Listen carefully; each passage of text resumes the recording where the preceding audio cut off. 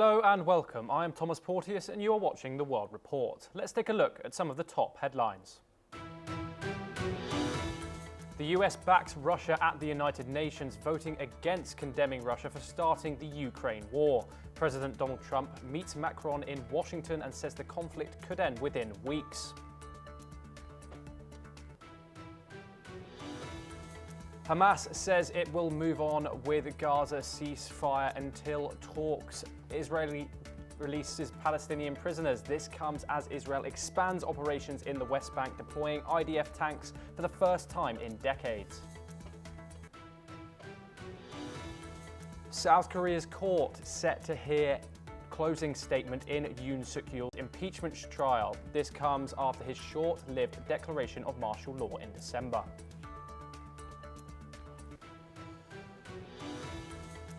In Almaines, France, the country's biggest ever child sex trial kicks off with an ex-surgeon standing accused of raping and sexually assaulting 299 victims.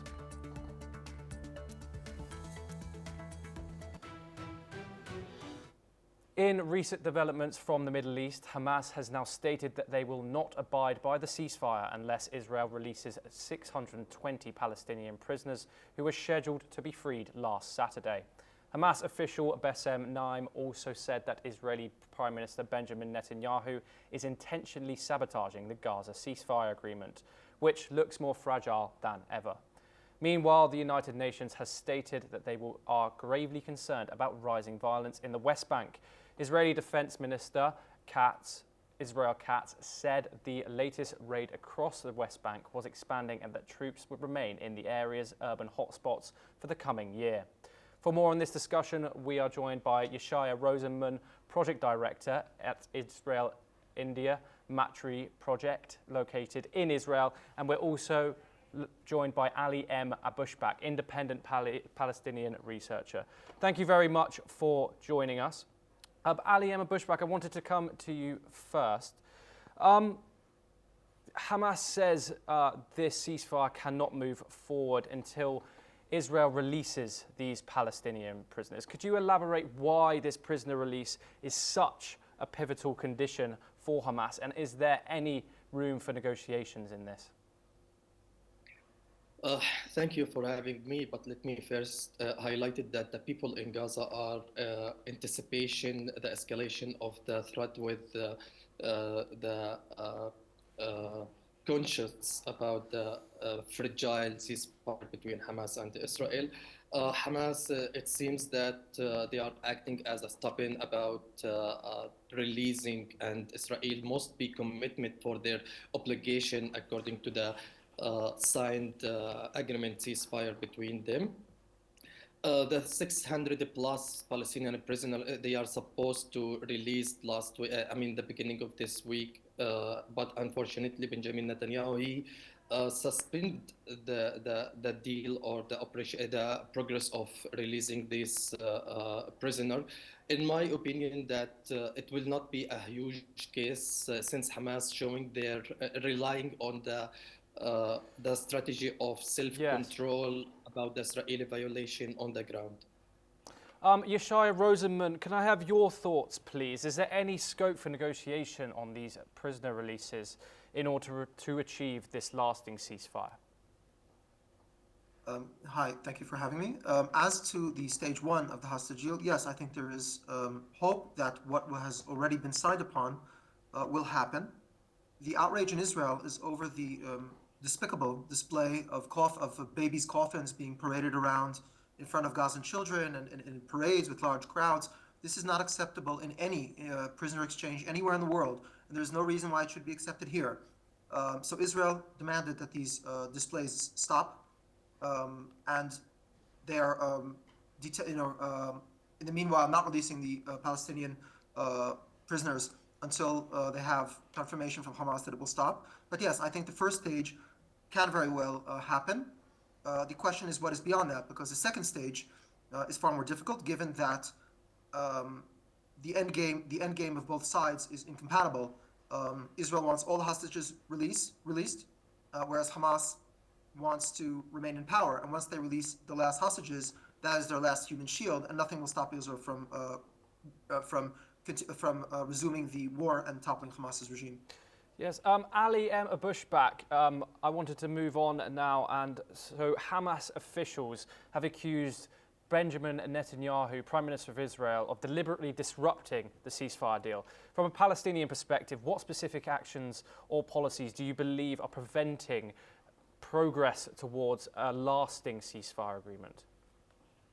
See, there is no two can be disagree about that. Benjamin Netanyahu, he trying to buy the time and trying to make any trouble about the ceasefire and the progress of negotiation between and moving forward the second phase of the negotiation between Hamas and Israel, which, as Yuha, he said that it's more difficult than the first phase, and it has a lot of a challenge. But here is that the U.S. Middle East envoy, he was so optimistic about it, and he was thinking that he will put his pressure on Hamas and Israel to sit on the table and discuss about the next or the coming future for Gaza. In Palestinian, they are thinking that Benjamin Netanyahu is trying to delay the negotiation or moving for the second phases of the negotiation. On the ground, people are not. There is no hope for Palestinian, and there is no choice for the people in Gaza except to wait and see and monitoring what will happen. But. Yeshaya Rosenman, I wanted to now talk about the extended operations in the West Bank. Israel have announced that they will be expanding their operations for the coming year, preventing a reported 40,000 displaced people from returning to their homes. What's the strategic reasoning behind this long-term presence, and how do you address international concerns over humanitarian impacts? Yes, so the refugee camps around Jenin had been no man's land for many years. Theoretically, they are under the jurisdiction of the Palestinian Authority, of Mahmoud Abbas's Palestinian Authority in Ramallah. In practice, they have no governance whatsoever. They are very corrupt. They are incompetent. They have their own criminal elements and corruption within them. So nobody essentially was ruling Jenin. And it was taken over by gangs, but by gangs that are both criminal and terrorist aligned, fighting among themselves as well. So they had been stockpiling their tremendous amount of weapons. They had started building tunnel infrastructure, basically emulating the kind of tactics from Gaza. When the IDF had gone in there previously in smaller incursions, there had been IEDs, homemade IEDs, large ones used against IDF vehicles.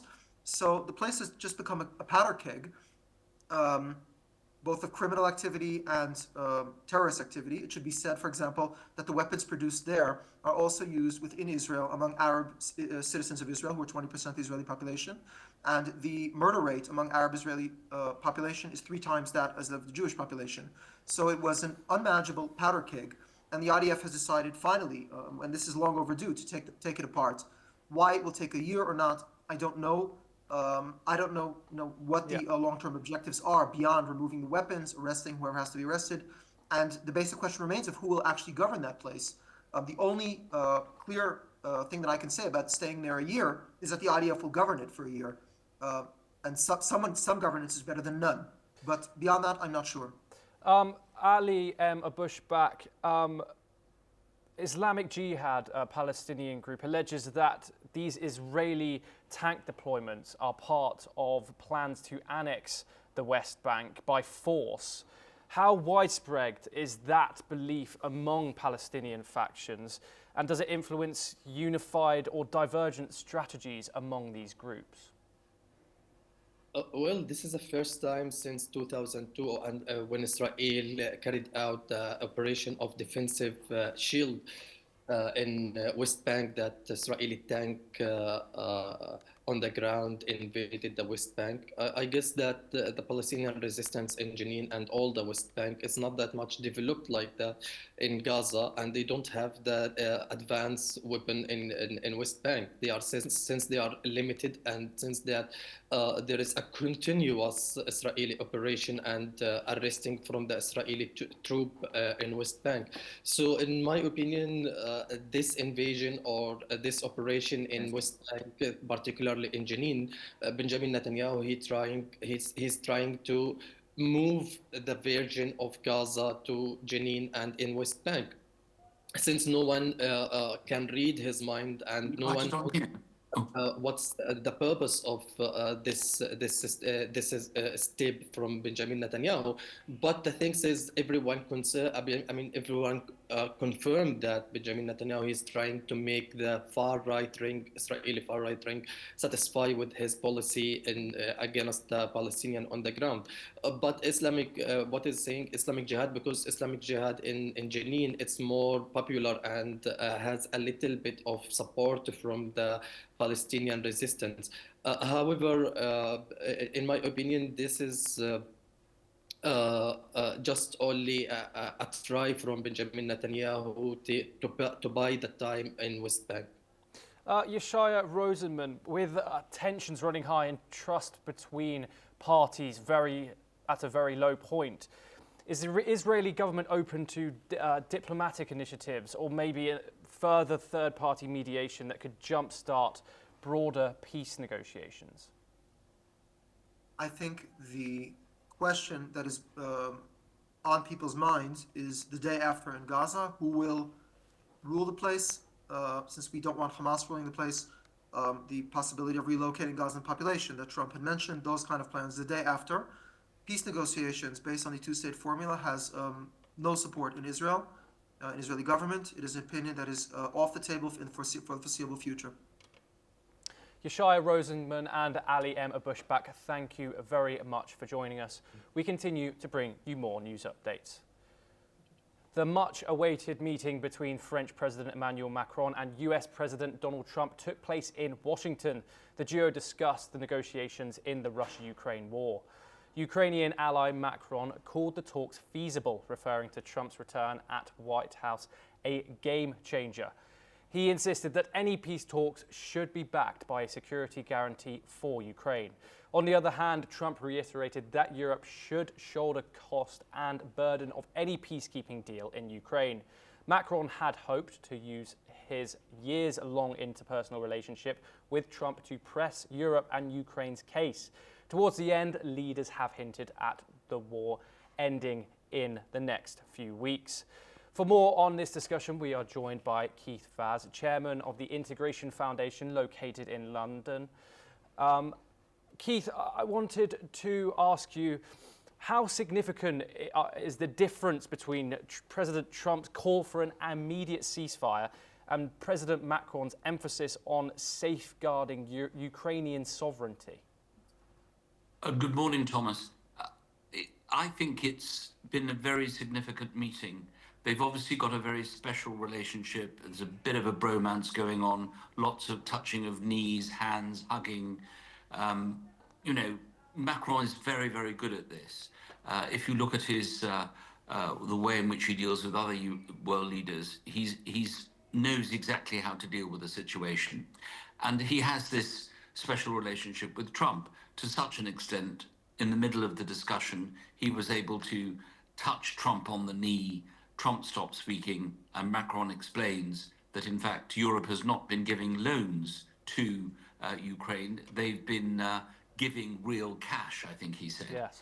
But I think there is a gap between Europe and the United States, as can be seen from the vote at the UN yesterday. A phenomenal vote there, where America and Russia and North Korea and Belarus all joined together. I mean, this is unthinkable. Just a month ago, before President Trump was elected, that America would be voting with Russia on a UN resolution. Unthinkable. But this is what happened yesterday. So it's fast moving, but I think Trump is very clear now that the European Union and Europe as a whole requires there to be a the security guarantee from the Americans. Ceasefires are not enough. We need to talk about the cost, and we also need to talk about what's going to happen next. So a very significant meeting in Washington. Yes, Macron also indicated that Europe is prepared to take a leading role in Ukraine's security and reconstruction. What might a European-led plan look like, and how could it reshape Europe's global standing? Well, it's always been the case that Europe has had a defense capability, but they've never wanted to circumvent NATO. So they've been very, very careful about not overstepping the mark. It's always been about letting NATO take the lead without a separate European defense mechanism. Now that Trump has indicated that he's not that keen on NATO, Europe has to step up, because Europe doesn't have its own defense representative. It's got a high representative who deals with foreign affairs, but they've never had anyone on defense because some of the countries, of course, were not in NATO in the past. Britain is now not in the EU. Therefore, there has to be a capability that's EU plus. And I think this will be favoured by all the countries concerned. The issue, of course, is where do you buy your weapons from? Because it's all very well increasing defence expenditure if you then have to spend the money on American weapons. So I think that the European Union plus will need to deal with the capability of developing and purchasing these weapons and agreeing to put troops on the ground. Keir Starmer's visiting on Thursday, very big meeting on Thursday. Of course, two members of the Security Council, France and the UK, meeting with the USA in Washington. It'll be interesting to see whether he continues with that theme. But don't forget that yesterday was the third anniversary of the invasion by Russia. 17 leaders in the world went to Kyiv and met with President Zelensky and showed support for what was going on. So there is so much going on here. Yes. I think Europe has re-engaged and probably now has caught up with what America and Russia is doing. Keith, I wanted to go back to that US vote at the United Nations. They were joined by North Korea, as you say. They were joined by Russia in not condemning Russia for the invasion of Ukraine in 2022. How might this affect Washington's credibility and relationship with their key allies?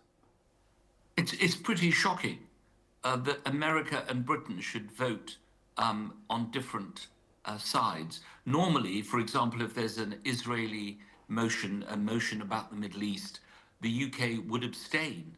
They would never actually vote against their allies. But this is not a Security Council vote, of course, this was a General Assembly vote. But this is kind of unthinkable.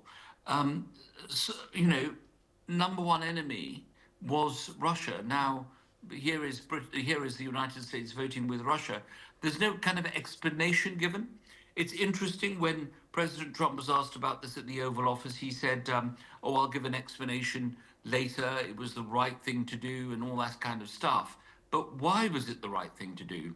Is he trying to send a message out to Russia that America is prepared to be an independent force? If it's an independent force, it should have abstained. But voting with North Korea and Russia, this must send shockwaves through the British Foreign Office and the Quai d'Orsay. I mean, I don't think people can kind of fathom what's happened yesterday. It's monumental. UN resolutions, of course, as we know, dealing with the Middle East are practically never implemented. But it's a message, it's a terrible message that America is now just prepared to vote in a different way to its key allies. What's the point of NATO if that's going to happen? It's pretty shocking stuff. Keith Vaz, thank you very much for joining us on that discussion. We will now move to some further news updates.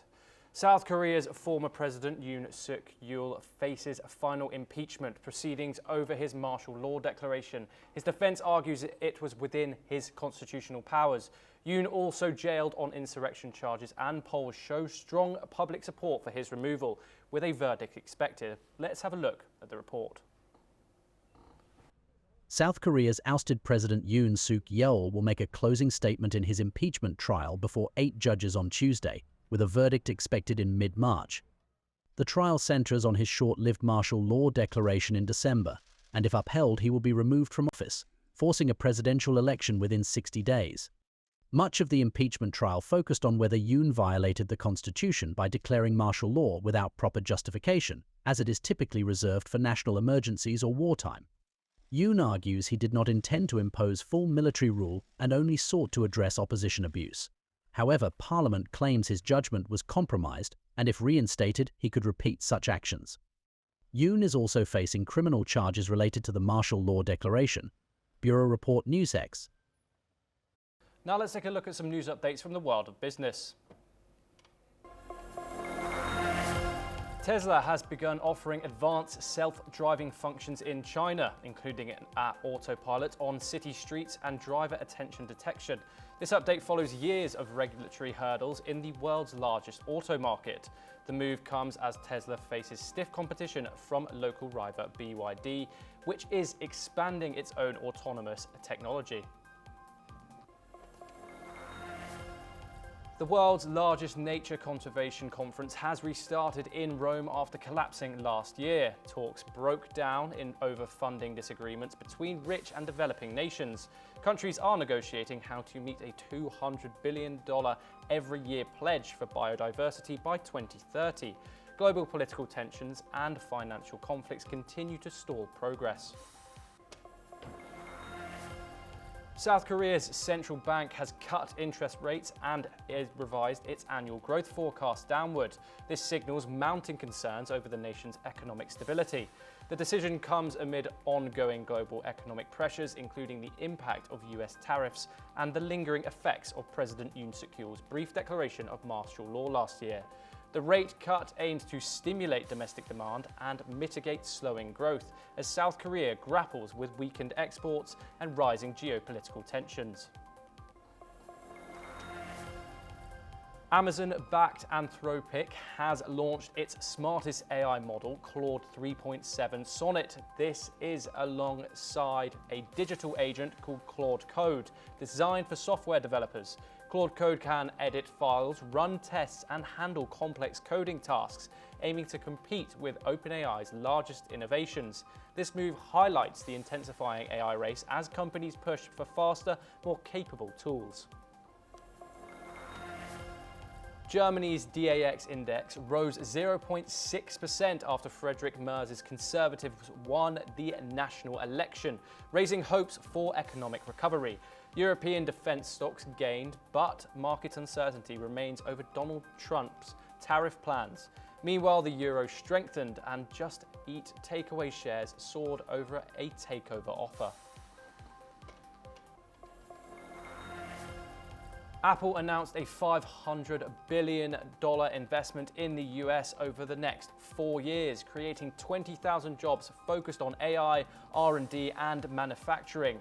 President Donald Trump credited his administration for the move, while Apple plans to open a new facility in Houston by 2026 and launch a manufacturing academy in Detroit. Russian missiles target Kiev amid high-stakes diplomatic talks. Ukraine declares a nationwide air alert as Russian missiles head towards Kiev. Authorities warn of major strikes and urge residents to seek shelter. On the other hand, Macron and Trump and Putin take center stage in negotiations that could shape Ukraine's future. Let's take a look at the report. Amid escalating tensions, Donald Trump declares the war could end within weeks. Meanwhile, the US openly backs Russia at the United Nations. Washington and Moscow align first in a morning vote at the General Assembly and again in an afternoon vote at the Security Council. The United States sincerely appreciates Council members' support for this resolution and applauds the action, the first this Council has taken in 3 years on Ukraine, to firmly call for an end to the conflict. This resolution puts us on the path to peace. It is a first step, but a crucial one. Да, кстати говоря, что касается новых территорий, то же самое. Мы готовы привлечь иностранных партнеров и на так называемые новые наши исторические территории, которые вернулись в состав Российской Федерации. Там тоже есть запасы определенные. Мы готовы с нашими партнерами, в том числе с американскими, работать туда. В новых регионах тоже. Да, конечно. Diplomatic moves intensify as the UN Security Council passes a US-led resolution on Ukraine with Russian support. The resolution passes 10-0 but avoids direct criticism of Moscow. In a shift, Trump claims Putin may accept a limited presence of European peacekeepers in Ukraine. French President Emmanuel Macron welcomes this, stressing that Ukraine must be included in peace talks. Только приветствуем. Мы благодарны и всем нашим партнерам, которые поднимают эти вопросы, которые стремятся к тому, чтобы мир был достигнут. И к чему я говорю? Не только европейцы, но и другие страны имеют право и могут участвовать, и мы относимся к этому с уважением. Meanwhile, Putin escalates his rhetoric, calling Ukrainian President Zelensky a toxic figure. At the same time, Chinese President Xi Jinping reaffirms China's support for Russia, strengthening Moscow's position. As the conflict continues, Russia claims its companies are in touch with US businesses for joint projects post-war, all while global leaders discuss peace. Bureau Report, NewsX. We will now take a look at some news updates from across Europe. Germany's election winner, Friedrich Merz, has extended an invitation to Israeli Prime Minister Benjamin Netanyahu to visit Germany, despite an international criminal court arrest warrant against him for alleged war crimes in Gaza. Merz expressed his intention to find a way for Netanyahu to travel to and from Germany without arrest, potentially challenging Germany's obligations under international law as a signatory to the Rome Statute. The ICC has reminded member states of their legal obligations to enforce its decisions. Hungarian Prime Minister Viktor Orbán has announced a lifelong income tax exemption for mothers with 2 or more children. This lowers the previous threshold from 4 children. This policy was set to begin in October for mothers of 3 children and in January for those with 2. The policy aims to address the country's declining birth rate and support the economy ahead of the 2026 national election. Despite high costs, Orbán believes reviving economy and full employment will sustain these benefits while reducing the budget deficit and public debt. Russian President Vladimir Putin has convened a meeting to discuss the enhancement of the country's railway infrastructure. The discussion focused on strategies to improve railway production and expand the network to support economic development and strategic mobility. This initiative is part of Russia's broader efforts to modernize its transportation systems and address logistical challenges. Mohamed Amrar, known as The Fly, was arrested in Romania after a 9-month manhunt. He escaped in May 2024 when gunmen attacked a prison van in Normandy, killing 2 guards. 30-year-old Amrar was serving time for robbery and was under investigation for murder.